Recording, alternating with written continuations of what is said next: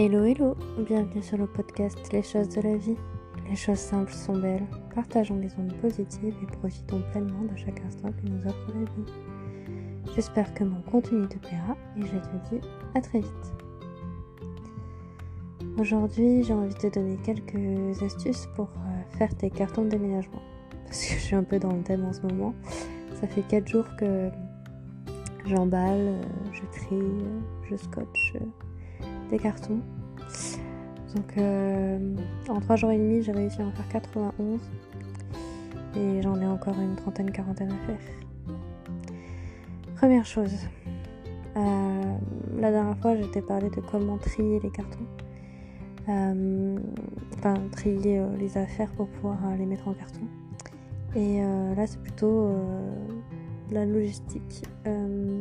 Les cartons, tu peux soit les récupérer gratuitement en fin de journée auprès des commerçants et des magasins alimentaires avant qu'ils ne les compressent. Et donc ça, t'en as beaucoup en fait dans la rue où il faut pas hésiter à demander en fait au magasin, au supermarché d'en mettre de côté et pour que vous puissiez les récupérer le lendemain par exemple. Vous pouvez aussi tester sur tout ce qui est pharmacie, tout ce qui est magasin de bureautique. Après, vous pouvez aussi acheter des cartons. Donc vous pouvez acheter des cartons en fait sur des sites internet. Vous pouvez aussi donc acheter du papier bulle.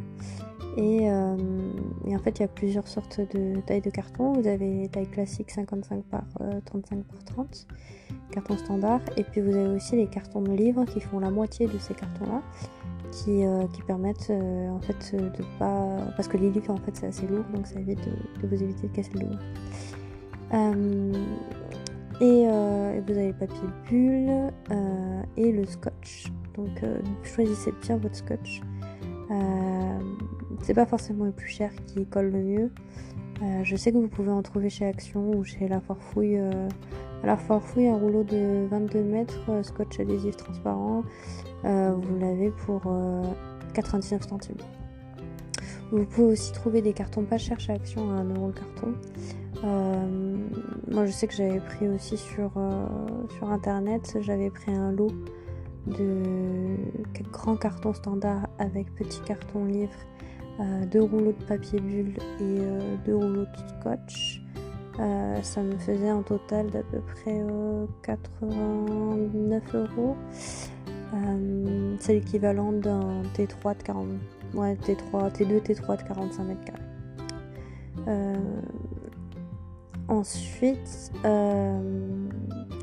ce qu'il faut savoir, c'est que si vous faites appel à un déménageur, les cartons seront offerts. Enfin, vous le payez dans votre déménagement, mais non, ils sont offerts. Vous avez autant de cartons que vous le souhaitez par rapport au coupage qui aura été calculé.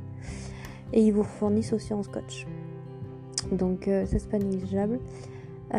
Tout dépend de votre budget, bien évidemment, et de vos besoins. C'est-à-dire que, effectivement, les déménagements fait maison où vous faites tout, c'est économique, mais ça demande beaucoup d'énergie, ça demande de la disponibilité. Si vous avez un véhicule à vous, si vous utilisez votre propre véhicule, donc la petite voiture, si vous avez un fourgon, si vous louez un fourgon, sachant que les fourgons, ça dépend de votre cubage, de votre permis. Et après, vous pouvez aller jusqu'à du 25 mètres cubes, 20 mètres cubes de manière générale. Juste faites attention à la hauteur pour passer sous les ponts, hein, parce que généralement c'est 3m40, 3m40, 3m45 et du coup même pour les stations essence c'est un peu compliqué. Et sinon vous pouvez aussi passer par des déménageurs suivant votre région. Là j'ai décidé de passer par Demeco parce qu'ils font aussi garde-meubles et que sur une distance comme Clermont-Metz c'est quand même assez judicieux de pouvoir, si besoin, passer par un garde-meuble entre l'achat et la vente d'un bien immobilier. Les frais sont beaucoup moindres, sont inférieurs au fait que si vous preniez un garde-meuble privé externe où on est entre 80 et 140€ les 8 mètres carrés pour un mois. Là, pour un mois, j'ai 70 mètres cubes d'affaires et donc ça revient à peu près à 360 €, 370 €, voilà. C'est vraiment économique. Après, sur un déménagement, sachez que les déménageurs, effectivement, c'est cher, mais vous pouvez avoir des remises suivant les partenaires. Vérifiez bien, par exemple, si vous n'avez pas des remises par rapport à vos cartes de fidélité, à la Fnac, votre mutuelle. Par exemple, Unéo, c'est à moins 11%. Vous pouvez, par exemple... disons que c'est économique dans le sens où si vous faites une longue distance, vous pouvez bloquer les prix en amont en fait et éviter la hausse du prix du carburant par exemple. Parce que les tarifs de votre déménagement, si vous ne faites pas un devis sur place et que vous attendez, eh bien les prix généralement s'envolent. Là par exemple sur un déménagement, donc il y a 70 mètres cubes. Pour vous donner un ordre d'idée de tarif, on est autour des 5 800 € pour un déménagement direct Clermont-Metz avec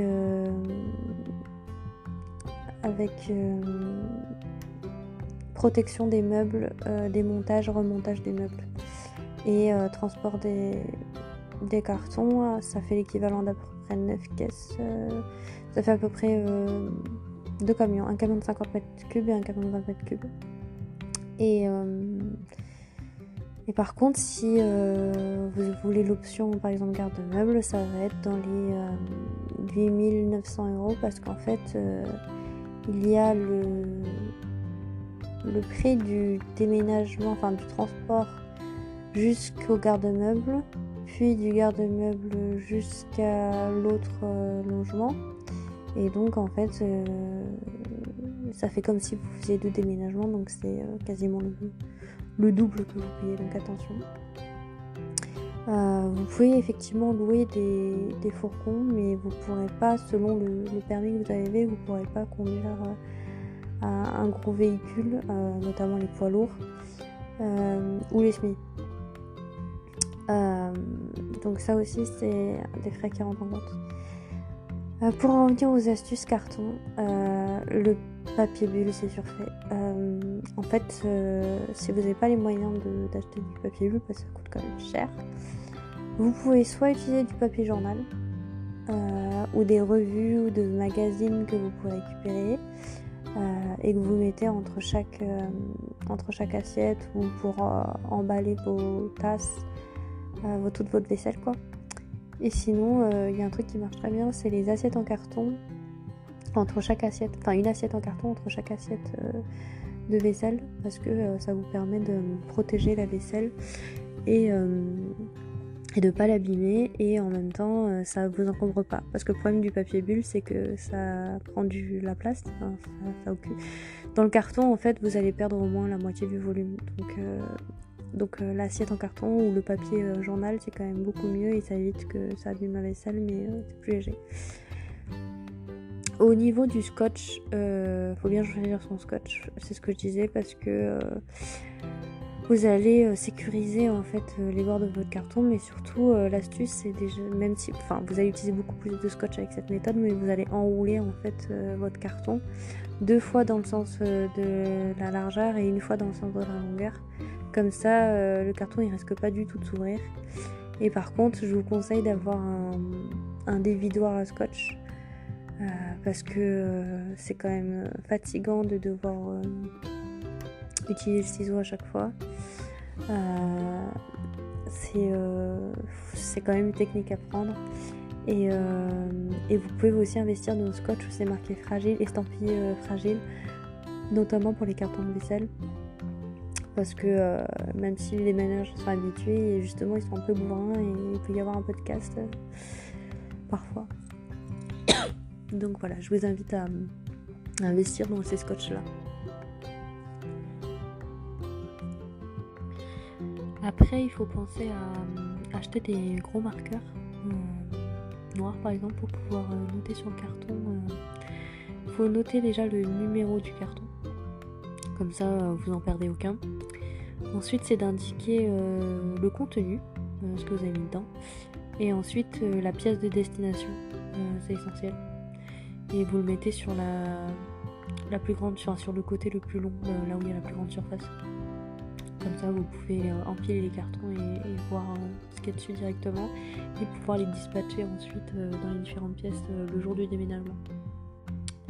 Et autre point important, faites attention à votre posture pour éviter de vous abîmer le dos ou de finir en compote.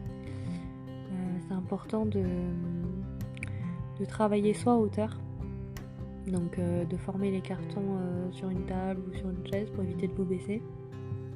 Et quand vous faites les cartons, sinon vous les faites par terre. Et ça vous évite, vous faites tout à niveau pour pas que vous ayez des soucis en fait, des maux de dos en fait.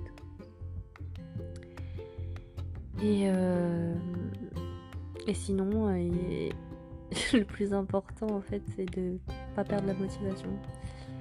Parce que c'est vrai que c'est quelque chose qui fatigue énormément et on se sent vite surpassé par la quantité des choses à emballer.